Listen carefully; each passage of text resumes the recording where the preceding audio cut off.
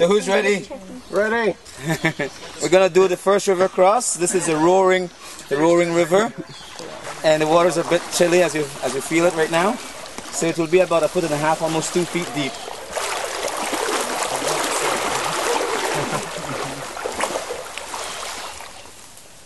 These times of the year, the orchids are in bloom. So I'll also point out some interesting plants as we go along. This one, we call it the give and take.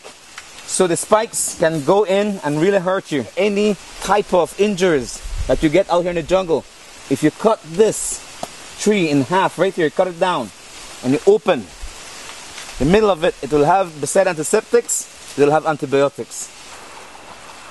Today I brought out a wonderful family on this most amazing cave tour adventure, and we journeyed into the valley, trekking across the roaring river 3 times.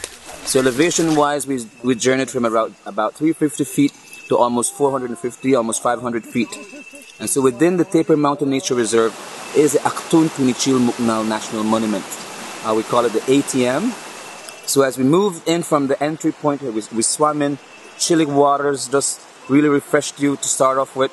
Beautiful crystalline water comes out, but this time, besides being crystalline clear, it is also tinctured with the limestone minerals. So we get to see hues of blues and greens, especially at the entrance. The ancient Maya would have come in with torches in their hands. Alright? And so it's a procession. A sacred rite is taking place.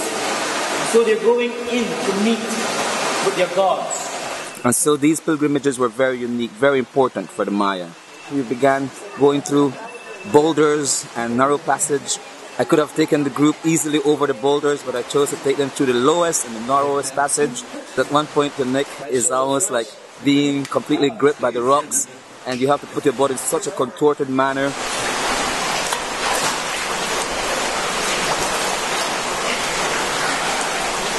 Is the last light that we will get to see. And so to the ancient Maya, their journey into the underworld was a very important ritual for them. They walk away from the light of the sun. And so we enter the space that they did as well. Into the underworld of the Maya. I have a passion. It's what I give is a deep inner part of me. I have to contact and connect to everybody in my group.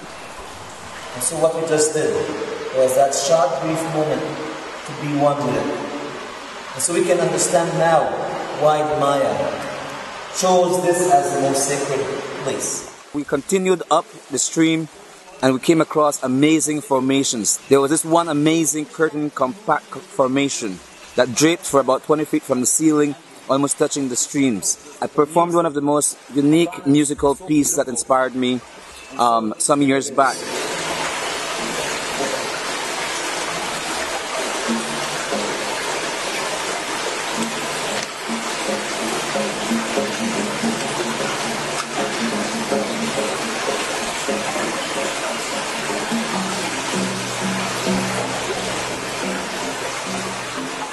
We continued from that one musical session, we went up into the dry chambers. So imagine the size of these vessels, coming through these passages that we came through earlier. All different colors, shapes and sizes. Some of them calcified along the floor, embedded in layers of calcium carbonate minerals. Some of them left up on shelves and shelters that the Maya left behind from their rituals and ceremonies.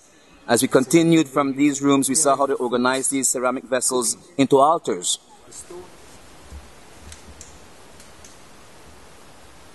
Room of sacrificial offerings.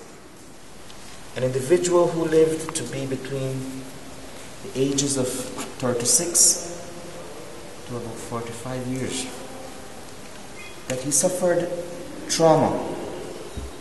Alright, so to the back of the head. That's where you can see he received a heavy blow. We moved from this sacrificial room into this massive chamber known as the cathedral room. The entire wall to the right of this cathedral room was beautifully decorated with calcite. The last was yet to come. The chamber of the Crystal Maiden.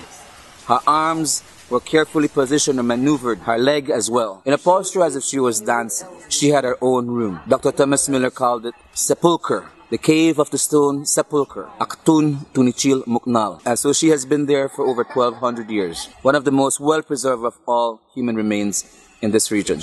We can never tell how much pain and agony, how much happiness they experienced as the ancient Maya went through. And so we entered the space that they did as well. She was carefully laid in one of the most expressive manner.